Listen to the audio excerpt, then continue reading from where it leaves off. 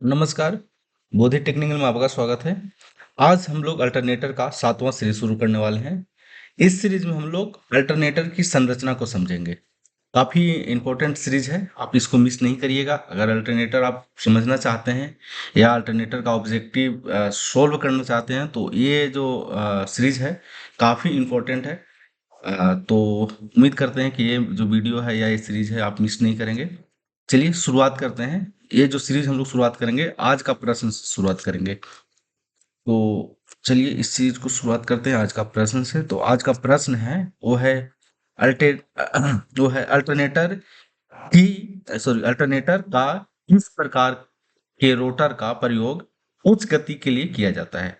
ठीक है, ध्यान से सुनिएगा। अल्टरनेटर का इस प्रकार का रोटर का प्रयोग उच्च गति के लिए किया जाता है। एक्चुअली अल्टरनेटर का जो रोटर होता है ना, दो प्रकार का होता है, सिलेंड्रिकल होता है और सैलिएंट पोल होता है। तो इसमें आपको बताना है कि किस प्रकार का जो रोटर है तो उसको उच्च गति के लिए प्रयोग किया जाता है। ठीक है, अगर आपको कमेंट आंसर आता है तो कमेंट बॉक्स में बताना है। अगर नहीं आता है तो इसका जो आंसर है हम वीडियो के अंत में बताने वाले हैं। काफ़ी इंपॉर्टेंट है, काफ़ी पूछा जाता है, काफ़ी ऑब्जेक्टिव में पूछा जाता है, कम्पिटेटिव एग्जाम में भी काफ़ी बार पूछा गया है।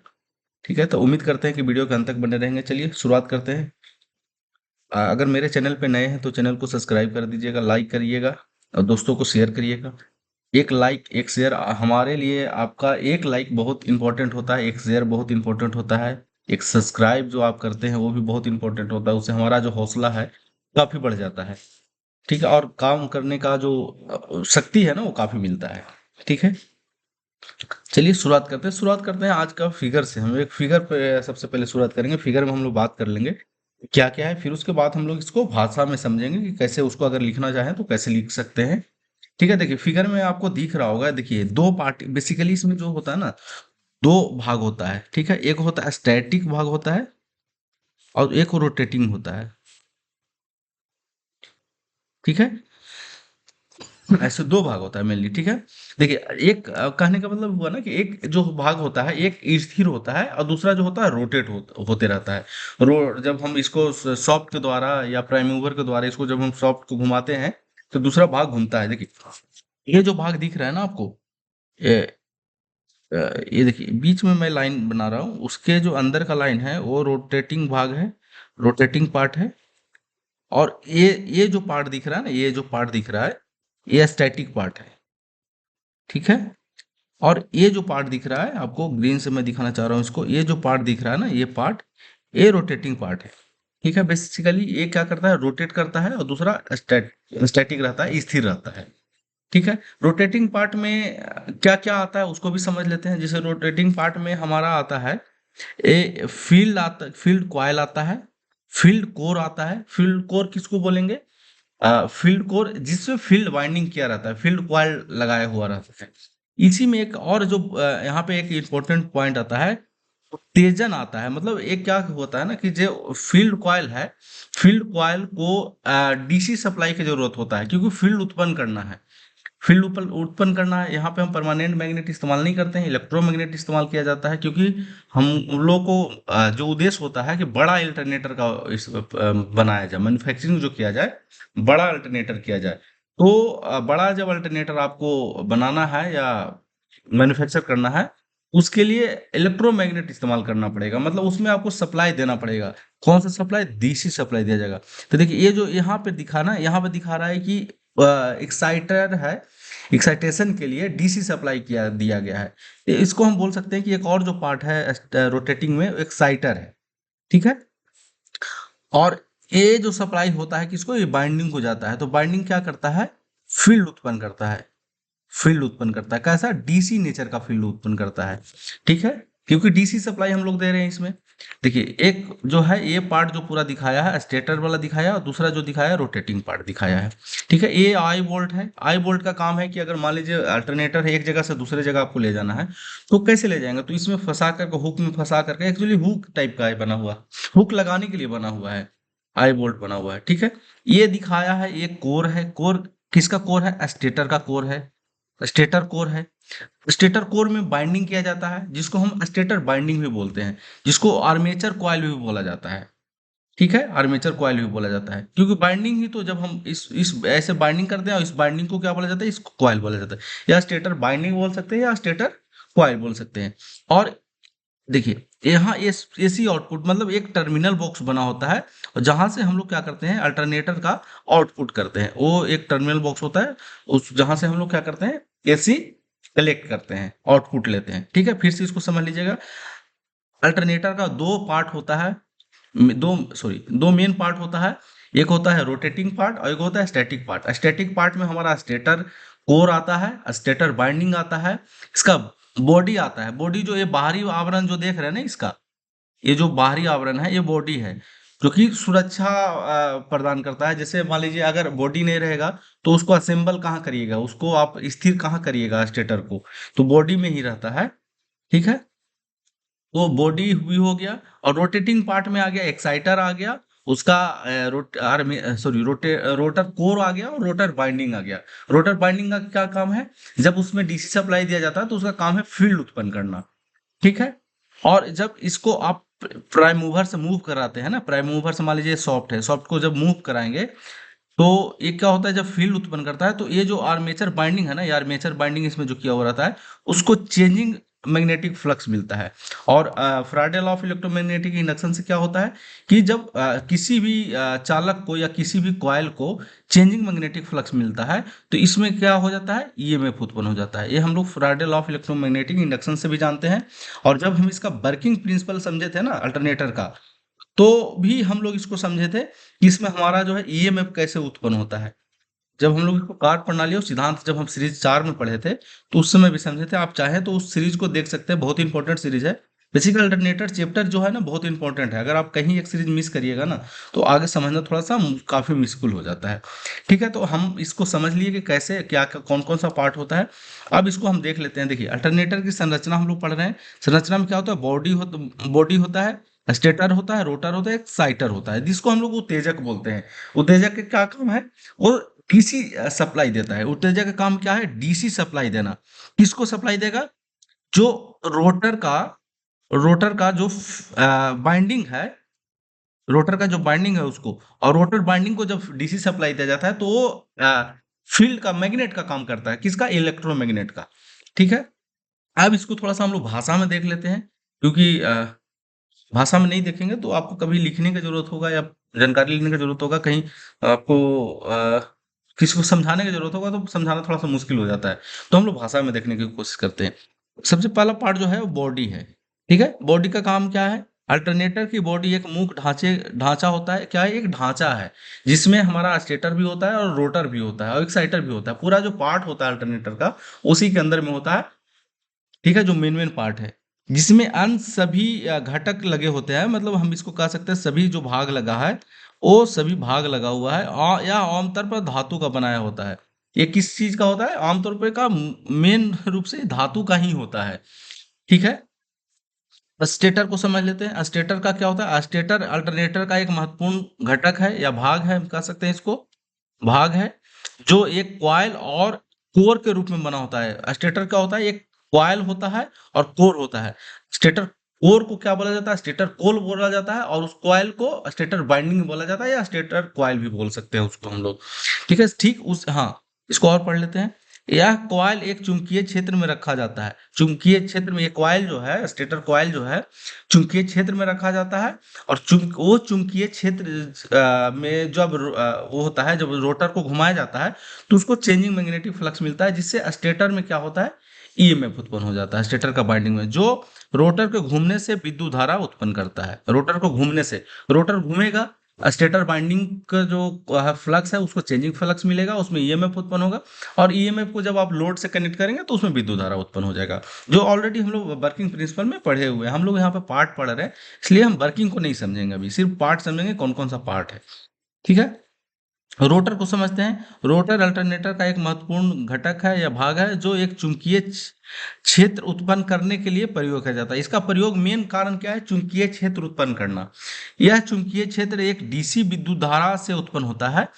ठीक है, डीसी विद्युत धारा से उत्पन्न होता है। और डीसी विद्युत धारा कहाँ से मिलता है? एक्साइटर से मिलता है। ये जो एक्साइटर है ना, एक्साइटर से ही डीसी विद्युत धारा मिलता है। जो कि एक्साइटर जो होता है, रोटर का जो सॉफ्ट होता है, जो हम लोग यहाँ पे बात कर रहे थे, ये जो सॉफ्ट होता है ना, सॉफ्ट पे ही एक डीसी जनरेटर बनाया हुआ रहता है, डीसी जनरेटर बनाया हुआ रहता है। ठीक है, डीसी जनरेटर बना हुआ रहता है। ठीक है, ये और वही चुंबकीय क्षेत्र रोटर को घूमने पर स्टेटर बाइंडिंग को प्राप्त होता है, जो रोटर को सॉफ्ट के मदद से घुमाया जाता है। जब रोटर को सॉफ्ट की मदद से घुमाया जाता है, तो वही चुंबकीय क्षेत्र जो है ना, स्टेटर के बाइंडिंग को प्राप्त होता है। अब एक्साइटर का काम देख लेते हैं, क्या काम है। हम लोग तो पार्ट तो समझ लिए कि एक्साइटर भी होता है, रोटर भी होता है, स्टेटर भी होता है, बाइंडिंग भी होता है। काम क्या है वो देख लेते हैं, उसका उद्देश्य क्या है लगाने का। भाई एक्साइटर क्यों लगा रहे हैं? एक्साइटर के अल्टरनेटर का एक घटक है जो रोटर में चुंबकीय क्षेत्र उत्पन्न करता है। नहीं, सॉरी, जो रोटर में चुंबकीय क्षेत्र को उत्पन्न करने के लिए उपयोग किया जाता है। यह एक छोटे से डीसी जनरेटर होता है। ठीक है, ये क्या होता है? एक डीसी जनरेटर होता है, जो यहाँ पे लिख सकते हैं, थोड़ा सा और आगे लिख सकते हैं, जो रोटर शॉप शॉप शॉप पर स्थित स्थित रहता है। ठीक है, इसको आप नोट कर सकते हैं। कहाँ स्थिर? आप कभी कभी कंपटीशन में पूछा जाता है। ठीक है, यह क्या पूछा जाता है कि जो अल्टरनेटर का जो एक्साइटर है, एक्साइटर कहाँ स्थिर होता है? स्टेटर में, रोटर में, रोटर सॉफ्ट पे। तो ये इसका आंसर जो है, रोटर सॉफ्ट पे ही डीसी जनरेटर बनाया जाता है। हाँ, ऐसे भी इसके लिए, एक्साइटर के लिए काफी प्रश्न बन जाता है। एक्साइटर के लिए क्या प्रयोग किया जाता है? बैटरी, ऐसे करके solar plate, DC generator, AC generator. तो एसी जनरेटर भी नहीं होता, इसके लिए डीसी जनरेटर नहीं प्रयोग किया जाता है, ये भी ध्यान रखिएगा। एसी नहीं होता है, क्योंकि हमको इलेक्ट्रोमैग्नेट के लिए बनाना है। इलेक्ट्रोमैग्नेट बनाने के लिए हमको डीसी नेचर का चाहिए। बनाने के लिए तो एसी से भी बन सकता है, लेकिन जो हमको रिक्वायरमेंट है, वो क्या होता है ना, जब अब एसी से इलेक्ट्रोमैग्नेट बनाएंगे ना, तो उसका पोल जो होता है ना, हमेशा चेंज होते रहता है, जिसके कारण हम उसका उपयोग ढंग से नहीं कर पाते हैं। इसलिए हमको इसमें चाहिए कि परमानेंट जो नेचर का जो है, कि पोल हमारा जो हो परमानेंट नेचर का हो। इसलिए इसमें डीसी सप्लाई दिया जाता है। इस कोर को क्या किया जाता है? डीसी सप्लाई दिया जाता है, ताकि एन और एस का जो है पोजीशन नहीं बदले। ठीक है, तो इसका आंसर है डीसी जनरेटर का प्रयोग किया जाता है। किसके लिए? एक्साइटर के लिए। थोड़ा सा और जो मेन मेन पार्ट है उसको भी पढ़ लेते हैं। बेरिंग इस्तेमाल किया जाता है, पुल्ली इस्तेमाल किया जाता है, बाइंडिंग इस्तेमाल किया जाता है। ये आप जान ही रहे हो, बेरिंग का इस्तेमाल रोटर को घूमने के लिए प्रयोग किया जाता है, पुल्ली का इस्तेमाल रोटर को घूमने के लिए प्रयोग किया जाता है। बाइंडिंग का जो है रोल है, बाइंडिंग क्या होता है? एक स्टेटर में भी होता है, स्टेटर में भी होता है और रोटर में भी होता है। रोटर बाइंडिंग का जो काम है, वो क्या है? फील्ड उत्पन्न करना। मेन क्या काम है? फील्ड उत्पन्न। और इस बाइंडिंग में ईएमएफ उत्पन्न होता है। कब होता है? जब फील्ड रोटेट होता है और इस स्टेटर बाइंडिंग को प्राप्त होता है। रोटेटिंग मैग्नेटिक फील्ड जो होता है, वो प्राप्त होता है, तो स्टेटर के बाइंडिंग में ईएमएफ उत्पन्न होता है। और स्टेटर बाइंडिंग जो होता है, वो और टर्मिनल बॉक्स से कनेक्टेड होता है, जहां पे हम आर, वाई और बी सप्लाई कलेक्ट करते हैं, बेसिकली आउटपुट लेते हैं। ठीक है, थोड़ा सा दिखता कैसा है ये देख सकते हैं। देखिए ये क्या है? ये बॉडी भी है, बॉडी है, और इसमें कोर है, और कोर में अंदर में बाइंडिंग किया हुआ है। इसी बाइंडिंग के अंदर में क्या होता है? रोटर होता है, रोटर होता है। जब इसको आप रोटेट कराते हैं ना, तो फिर इस बाइंडिंग को काटता है फ्लक्स। ठीक है, तो कुछ इस प्रकार का दिखता है, जिसको हम योक या स्टील बॉडी बोल रहे हैं। ये टर्मिनल बॉक्स यहाँ पे होता है, जहाँ पे हम लोग आउटपुट कलेक्ट करते हैं। ठीक है, ये है स्लॉट। स्लॉट करने का मतलब हुआ ना, कि जो आप जैसे मान लीजिए एक आयरन आपको ऐसा दे दिया जाए, इस पे बोला जाए बाइंडिंग करना है, तो कैसे बाइंडिंग करेंगे? नहीं होगा। तो इसमें क्या होता है ना, ऐसे स्लॉट काट दिया जाता है, गड्ढा इसके लिए बनाया जाता है। बाइंडिंग कर, बाइंडिंग अच्छा से रहे इसलिए गड्ढा बनाया जाता है। उसी को बोला जाता है स्लॉट। स्लॉट मतलब होता है खांचा। क्या होता है? खांचा होता है। ठीक है, खांचा जिसमें बाइंडिंग किया, कोर पे गड्ढा किया हुआ रहता है, जिसमें बाइंडिंग स्थिर होता है, उसको स्थिर किया जाता है। ठीक है, इसको भी थोड़ा समझ लेते हैं। ये जो स्टेटर होता है ना, वो 3 प्रकार का होता है। खुला होता है, अर्धबंद होता है, और बंद होता है। एक्चुअली क्या है ना, ये स्टेटर का जो टाइप बनाया गया है ना, वो रोटर के बनावट के आधार पे बनाया गया है। रोटर के जो खांचा है ना, इसके बनावट के आधार पे। अगर खांचा पूरा बंद होगा, ठीक है, खांचा बंद होगा, तो इसको बंद टाइप हम स्टेटर बोलेंगे। अगर आधा बंद होगा, ऐसे होता है, ऐसे थोड़ा ऐसे होता है, आधा बंद होगा, तो उसको अर्ध बंद बोलेंगे। अगर खुला होगा, खुला मतलब ऐसे पूरा होगा, ठीक है, तो उसको हम लोग खुला बोलेंगे। ठीक है, कहने का मतलब हुआ ना कि स्टेटर का जो टाइप है ना, खुला, अर्धबंद, जिसको हम ओपन, इसको ऐसा बोला जाता है open, semi closed, semi closed, और इसको क्लोज्ड बोला जाता है। मतलब ये पूरी तरह से बंद है, ये आधा बंद है और ये पूरा ओपन है। ठीक है? वो कैसे बनेगा, थोड़ा-सा हम इसको हाथ से बना करके आपको दिखाते हैं। देखिए, ये जब ऐसे रहेगा ना स्टेटर, इसका जो खाँचा है ऐसे रहेगा, मान लीजिए ये कोर है, ये ऐसे रहेगा तो इसको ओपन बोला जाएगा, और ये मान लीजिए कोर है, ठीक है? इसको ऐसे समझिए।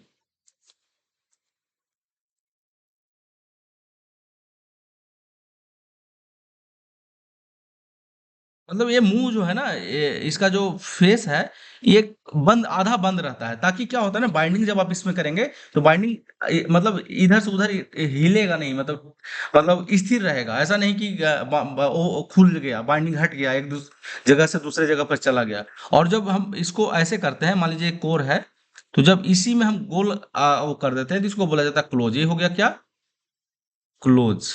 ठीक है, क्लोज्ड इसको बोलेंगे, सेमी क्लोज्ड इसको बोला जाएगा, और इसको बोला जाएगा ओपन। ठीक है? तो स्टेटर का जो विभाजन किया गया है, उसके जो स्लॉट है, स्लॉट के बनावट के आधार पे किया गया है। ठीक है? देखिए, ये हो गया क्लोज्ड, सेमी क्लोज्ड और ओपन, जो कि हम ऑलरेडी आपको समझा चुके हैं। ठीक है? इसमें एक चीज़ समझना है ना, समझना ये है कि जो क्लोज़ टाइप होता है ना, उच्च गति के लिए प्रयोग किया जाता है, और जो अर्धबंद होता है, वो मध्य गति के लिए प्रयोग किया जाता है। अब इसका क्या लॉजिक है, उसको हम बता देते हैं। और जो ये होता है, ओपन होता है, कम गति। अब एक चीज़ आपको बता देना चाह रहे हैं कि मान लीजिए इसमें बाइंडिंग आप कर रहे हैं, फर्स्ट टाइम इसमें बाइंडिंग आप कर रहे हैं, तो इसको ज़्यादा स्पीड से घुमाएँगे तो क्या होगा ना, बाइंडिंग फिसल जाएगा। इसलिए इसको कम स्पीड के लिए प्रयोग किया जाता है। ये भी ऑब्जेक्टिव में पूछा जाता है। और इसको किया जाता है मध्य गति के लिए, और इसको हाई, उच्च उच्च गति के लिए प्रयोग किया जाता है। तो समझिएगा, इसका लॉजिक यही है कि अगर मान लीजिए इसमें आप बाइंडिंग कर दिया, ऐसे बाइंडिंग कर दिया, तो इसको कितनों गति से घुमाइए, ज्यादा घुमा लीजिए, कम घुमा लीजिए, तो इससे कोई फर्क नहीं पड़ने वाला है। ठीक है? ये बाहर निकलेगा ही नहीं। इसको मध्य गति के लिए, कि भाई मीडियम स्पीड से घुमाएँगे, हाई स्पीड से घुमाएँगे तो निकलेगा, लेकिन मीडियम से नहीं घूमेगा। लेकिन इसको अगर थोड़ा-सा भी ज़्यादा घुमाएँगे ना, तो ये क्या होता है, बाहर आ जाता है। इसलिए एक चीज़ और इसमें बता देना चाह रहे हैं, सबसे ज़्यादा इस्तेमाल जो होता है ना, इसका होता है। इसका सेमी क्लोज्ड का एक ऑब्जेक्टिव में भी पूछा जाता है कि सबसे ज़्यादा जो खाँचा होता है या स्टेटर जो इस्तेमाल किया जाता है, सेमी क्लोज्ड के लिए उपयोग किया जाता है, कि इसमें बहुत स्पीड से ज़्यादा घुमाएँगे ना, तब जाकर के निकलेगा, ऐसे नहीं कोई निकलेगा ये। ठीक है? तो ऐसा पूछा जा सकता है कि स्टेटर, कौन सा स्टेटर, जो किस प्रकार का स्टेटर है, जो सबसे ज्यादा उपयोग में लाया जाता है, तो होता है सेमी क्लोज टाइप स्टेटर को प्रयोग किया जाता है। इसको प्रयोग कम किया जाता है, इसको भी कम किया जाता है, इसको कम किया जाता है। दोनों का डिमेरिट क्या है, इसको जैसे ही थोड़ा सा स्पीड बढ़ाइएगा तो इसमें से बाइंडिंग निकल जाएगा, और इसमें बाइंडिंग करना बड़ा कठिन है। ये जो क्लोज टाइप है ना, इसको बाइंडिंग करना बहुत कठिन होता है, इसमें बाइंडिंग करना आसान होता है। ठीक है? इसमें, ठीक है, इसलिए सबसे ज्यादा इसमें जब आप बाइंडिंग करेंगे, ये मान लीजिए ए हो गया, ये बी हो गया, सी होगा, सी में जब आप बाइंडिंग करेंगे ना, तो बाइंडिंग करना बड़ा घुस के एक एक तार आपको डालना पड़ेगा, ऐसे करके। और इसमें बाइंडिंग करना क्या होता है, मध्य वाला जो है सेमी क्लोज में, वो इसके तुलना काफी, मतलब इसमें दो गुण हो गया ना, कि इसका अच्छा स्पीड भी इससे मिल जाता है, और इसको में बाइंडिंग करना भी आसान है। ठीक है? इसलिए सबसे ज्यादा मध्य वाला जो है, मध्य स्टेटर टाइप जो होता है, सेमी क्लोज वाला होता है, वो सबसे ज्यादा प्रयोग किया जाता है। ठीक है? अब हम बात करते हैं, थोड़ा-सा रोटर को बात कर लेते हैं। पहले दिखता कैसा है, ये देख लेते हैं। ठीक है? रोटर भी 2 प्रकार का होता है। इसको रोटर होता है, एक सैलिएंट पोल होता है, एक सिलिंड्रिकल होता है। सैलिएंट पोल टाइप रोटर होता है, एक सिलिंड्रिकल होता है। दोनों में बेसिकली कोई डिफरेंस ज़्यादा नहीं है। डिफरेंस ये है कि ये जो इसको बोलेंगे ना सैलिएंट, सैलिएंट में तो होता है उभरा, उभरा हुआ। मतलब देखिए, ये इतना है, और ये क्या है, उभरा हुआ है। देखिए, ऐसे उभरा हुआ है ये। ठीक है? इसको सैलिएंट पोल बोला जाता है। और ये सिलिंड्रिकल, जैसे गैस सिलेंडर देखे हैं ना, उसी प्रकार का रोटर है, सिलिंड्रिकल टाइप है ये। ठीक है? इसमें बाइंडिंग देखिए, ये खांचा बना हुआ है, इसी में ऐसे ऐसे बाइंडिंग किया जाता है, ऐसे बाइंडिंग किया जाता है, ऐसे करके ऐसे बाइंडिंग किया जाता है। ठीक है? अब इसमें देखिए, आगे हम इसमें बात करेंगे। देखिए, अब इसमें आपसे पूछा जाए कि सबसे ज्यादा स्पीड किसको रोटेट कराया जा सकता है, तो आप क्या इसको अगर बहुत स्पीड से घुमाएंगे तो ये नहीं घूमेगा, क्योंकि ये देखिए, ये जो उभरा हुआ भाग है ना, जिसको हम इसको पोल बोलते हैं, ठीक है, वो टूटने का डर रहता है, वो वाइब्रेशन ज़्यादा क्रिएट कर देता है। इसलिए इसका जो उपयोग होता है ना, कम गति के लिए होता है, कम गति के लिए प्रयोग किया जाता है, और इसका जो होता है प्रयोग ज़्यादा गति के लिए होता है, ज़्यादा गति के लिए प्रयोग किया जाता है, ठीक है? क्योंकि इसको आप हाई स्पीड भी घुमा सकते हैं ना। ये जो बी बी टाइप बी वाला जो है, ये फिगर हो गया, ये बी फिगर को जब आप हाई स्पीड के लिए घुमाएँगे, तो इसमें ज़्यादा दिक्कत नहीं आएगा, ज़्यादा डिस्टर्बेंस नहीं आएगा। लेकिन जब इसको आप हाई स्पीड घुमाएँगे तो ये देखिए, ये तो इसमें एयर फ्रिक्शन ज़्यादा होगा, ये उभरा हुआ भाग है तो वाइब्रेशन भी ज़्यादा होगा। ये ज़्यादा स्पीड से घुमाएँगे तो टूटने का भी डर है और बाइंडिंग खुलने का भी डर है, ठीक है? तो सबसे इसका जो प्रयोग किया जाता है ज़्यादा। अब कितना स्पीड के लिए प्रयोग किया जाता है, जब हम नेक्स्ट सीरीज़ में बात करेंगे ना, नेक्स्ट सीरीज़ में, इसमें जब हम बात करेंगे सैलिएंट पोल रोटर और सिलैंडरिकल पोल रोटर, जो 8 सीरीज़ में बात करने वाले हैं, उसमें हम सारा बात करेंगे, डिटेल्स में बात करेंगे इसको हम। क्योंकि उसमें हम अंतर भी देखेंगे और समानता भी देखेंगे, ठीक है? तो अभी इतना समझिए कि एक जो होता है सैलिएंट पोल होता है, उसको कम स्पीड के लिए प्रयोग किया जाता है, और सिलैंडरिकल जो रोटर है उसको हाई स्पीड के लिए प्रयोग किया जाता है, ज़्यादा गति के लिए प्रयोग किया जाता है, ठीक है? थोड़ा-सा इसको हम भाषा में देख लेते हैं। इस प्रकार का रोटर में कई पोल होते हैं जो एक दूसरे के अलग होते हैं।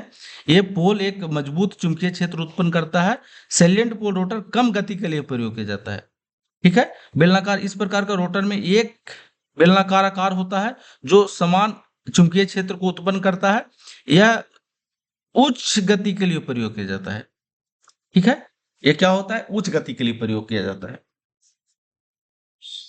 तो उम्मीद है कि ये वीडियो आपको अच्छा लग रहा होगा। अगर अच्छा लगा होगा तो आप चैनल को सब्सक्राइब कर लीजिए, लाइक कर दिए, और वीडियो को जो है दोस्तों को शेयर करिए, ताकि हमारा भी हौसला बढ़ना रहे। हम आपके लिए काम करते हैं, लगता है जब तक हौसला नहीं बनेगा हम आपसे लगन से काम नहीं कर पाएंगे। तो उम्मीद करते हैं कि आप देखिए, अब इसमें हम फिगर से थोड़ा समझाने की कोशिश करते हैं। देखिए, ये क्या है? सिलेंड्रिकल टाइप है। ये क्या है? सैलिएंट पोल है, उभरा हुआ भाग है इसमें, ठीक है? तो इसको इसको स्पीड घुमाना जो है ना, ज़्यादा स्पीड के लिए इसका इस्तेमाल करना आसान है, इसलिए इसका इस्तेमाल किया जाता है ज़्यादा स्पीड के लिए, और इसका प्रयोग किया जाता है कम स्पीड के लिए। इसको ज़्यादा बहुत अधिक स्पीड कर ही नहीं पाएंगे, कितना करेंगे वो अलग बात है। देखिए क्या है, नॉन सैलिएंट का मतलब क्या हुआ? जो हम सिलेंड्रिकल की बात करें, सैलिएंट नहीं लिखा है, नॉन सैलिएंट लिखा है, मतलब सिलेंड्रिकल टाइप है ये, ठीक है? सिलेंडर टाइप का, जो कि रियल में ऐसा ही होता है, ठीक है? दोनों जो फिगर है ना, रियल फिगर है, फोटो खींचा हुआ है। तो उम्मीद है कि वीडियो आपको अच्छा लग रहा होगा। अगर किसी प्रकार का समस्या है कमेंट बॉक्स में बता सकते हैं। अब हमारा जो है आज का प्रश्न का जो है वो जवाब हम इसको देते हैं। आज का जो हमारा प्रश्न था वो था, अल्टरनेटर किस प्रकार का रोटर का प्रयोग अल्टरनेटर में, ठीक है, किस प्रकार का रोटर का प्रयोग उच्च गति के लिए किया जाता है? तो उम्मीद है कि आपको ये आंसर, आप अगर वीडियो को स्किप नहीं किए हैं तो मिल गया होगा, ठीक है? इसका जो प्रयोग किया जाता है वो सिलेंड्रिकल पोल जो होता है, जिसको हिंदी में बेलनाकार पोल रोटर बोला जाता है। क्या होता है? रोटर दो प्रकार का होता है, एक होता है सैलिएंट और दूसरा होता है सिलेंड्रिकल। सैलिएंट पोल का जो इस्तेमाल किया जाता है कम स्पीड के लिए किया जाता है, ज़्यादा स्पीड के लिए किसको किया किया जाता है? Cylindrical type. क्यों? कि सिलेंड्रिकल को घुमाना जो होता है ना, आसान होता है, वो वाइब्रेशन कम करता है, टूटने का डर नहीं रहता है, एयर फ्रिक्शन कम होता है, ठीक है? तो उसको ज़्यादा स्पीड के लिए प्रयोग किया जाता है। तो चलिए, आज वीडियो हमारा यहीं पे समाप्त हुआ। मिलते हैं नेक्स्ट सीरीज में। नेक्स्ट सीरीज हमारा है सैलिएंट पोल रोटर और सिलेंड्रिकल पोल रोटर में समानता और अंतर दोनों देखेंगे। फिगर से भी समझने का कोशिश करेंगे और हम थोड़ा अंतर भी देखने का कोशिश करेंगे। तो चलिए वीडियो को यहीं पे समाप्त करते हैं। आज के लिए इतना ही। Thank you.